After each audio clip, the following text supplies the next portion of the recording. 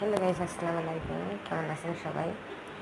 আজকে আমি কিছু আপনাদেরকে মাম্মির দুষ্টুমি এবং আমি নামাজ পড়লে কী করে, নামাজ পড়লে কোরআন পড়লে কী করে সেটা আপনাদের সাথে শেয়ার করবো। এখন দেখেন আমি নামাজ শেষ করে সালাম ফেলে তসবি কমতেছি, এর মধ্যে মাম্মি চলে আসছে।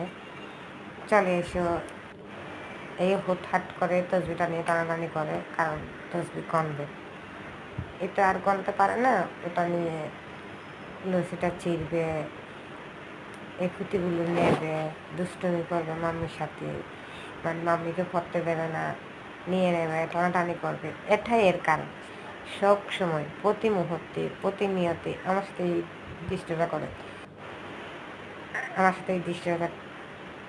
আজকে আমি বলতেছি আপনাদেরকে একটু দেখাই মাম্মি কী করে, সবাই জানুক মাম্মি আমার সাথে প্রতিদিন কী করে। আমি একটু তসবিটা গনার শেষে আমি একটু দুষ্টুমি করতেছি। আসলে এটা হচ্ছে আমাদের হৃদয়, হৃদপিণ্ড, সব কিছু আমাদের মানসিক কারণ, অসুস্থের কারণ। না থাকলে একদম ভালো লাগে না এদেরকে ছাড়া, এদেরকে জন্য কোনো কারণে যেতে পারি না।